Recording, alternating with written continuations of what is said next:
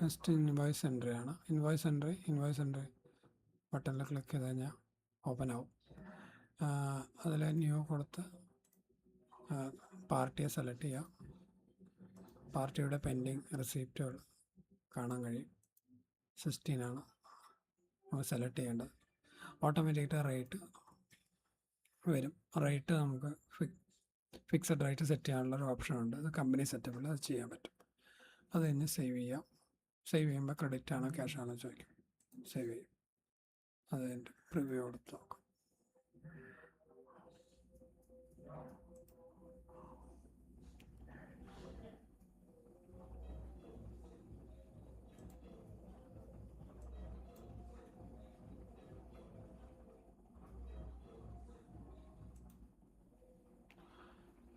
ഇതുവരെ ചെയ്ത എല്ലാ എൻട്രീസും നമുക്ക് കാണാനും പറ്റും. ഇപ്പോൾ റെസിപ്റ്റ് ആണെങ്കിലും ഫൈനൽ റിപ്പോർട്ടാണെങ്കിലും ഇൻവോയ്സ് എൻട്രിയാണ്. അതിന് എഡിറ്റ് ഓപ്ഷൻ ക്ലിക്ക് ചെയ്താൽ മതി. ഇപ്പോൾ ബില്ലിങ്ങിൽ എഡിറ്റ് ഓപ്ഷൻ ക്ലിക്ക് ചെയ്ത് കഴിഞ്ഞാൽ വീണ്ടും അത് കാണാൻ പറ്റും. അതേപോലെ തന്നെ സെർച്ചിൽ പോയി കഴിഞ്ഞാൽ ഇതുവരെ ക്രിയേറ്റ് ചെയ്ത ഇൻവോയ്സ് എൻട്രികൾ കാണാൻ പറ്റും. അതേപോലെ റിപ്പോർട്ട്സിൽ പോയി കഴിഞ്ഞാൽ വർക്ക് റിപ്പോർട്ട് എടുത്തു കഴിഞ്ഞാൽ ഇതുവരെ എൻ്റർ ചെയ്ത എല്ലാ എൻട്രീസും കാണാൻ പറ്റും.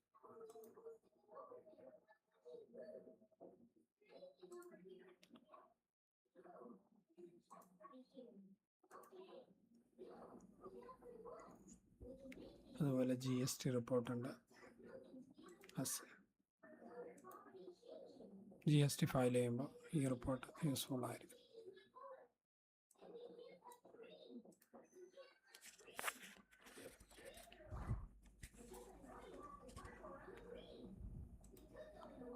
ലാബ് എൻട്രിക്കും റിപ്പോർട്ട്സുകളുണ്ട്.